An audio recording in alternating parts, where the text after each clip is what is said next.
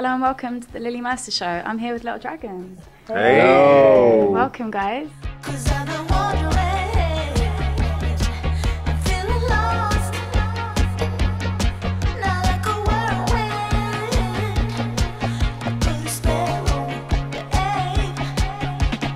You're preparing for the release of your 4th album, which is Nabooma Rubber Band. I've heard it's inspired by Janet Jackson songs. Is that true, or is that just a wild rumor? It's kind of true. I mean, it's one of many things that we were inspired by. It's not a bad influence. It's not, no. Yeah. Well, with your last album, you recorded the original versions. You didn't kind of go over and record them again once you'd finished creating them. Is that something that you've continued with this album? Yeah, it's basically the same process. But we had a good engineer mixing. Because all of your tracks have been recorded quite organically as well. Like all of your projects have either been mastered by you or by friends. So do you feel quite protective over your music in some ways when you're creating? Very much, I would say. Yeah, it's like your baby. You want to... I don't know if baby is the right word. You want to nourish it. Good friend. Yeah, it's like you want to... Feed it. Take it. Take it.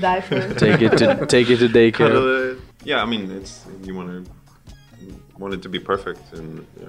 So do you have any features on this project that might surprise people, or is it just Little Dragon?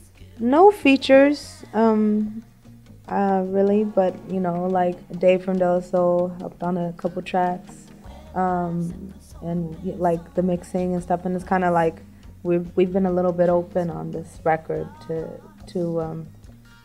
collaborate a little bit more. And like Fred said, you know, otherwise we're kind of closed in, a little overprotective with our stuff, which I think is good, but it's also good to kind of try something a little bit different. So, and it's been really cool, actually. Big Boy featured you on 3 of his songs on his last project. So do you enjoy working with rappers? Yeah. I mean, I think we love so much different kinds of music, like hip-hop, club, like house music, African music, which is obviously a whole lot of different kinds of music. Folk music, pop music, electro. Yeah, I mean, How many musics do you know? Classical music, abstract, mathematic music. No, yeah. but I mean, and I think we really do like working with rappers, because there's especially a Big Boy from a band like Outkast, who is quite, you know, forward thinking and quite experimental and you know, not just the standard thing. He's kind of like out there, and we really like that. So yeah. I wanted to talk about your visual identity, because it's something that you don't force on people, you kind of keep behind the scenes. Is that something that you choose to continue with this project as well? Yeah, I think we like that. I mean, we're kind of open to a bit of everything, but definitely more drawn to trying to do something that feels a little different and creative rather than the typical. So, you know, like, I don't think we have a problem with featuring ourselves in something, as long as it feels special. And it gives other people a spotlight as well, some of the people that you selected. There's so many amazing artists out there who are, you know, who we're inspired by, who isn't necessarily music artists, but, you know, visual artists and dancers, painters, filmmakers.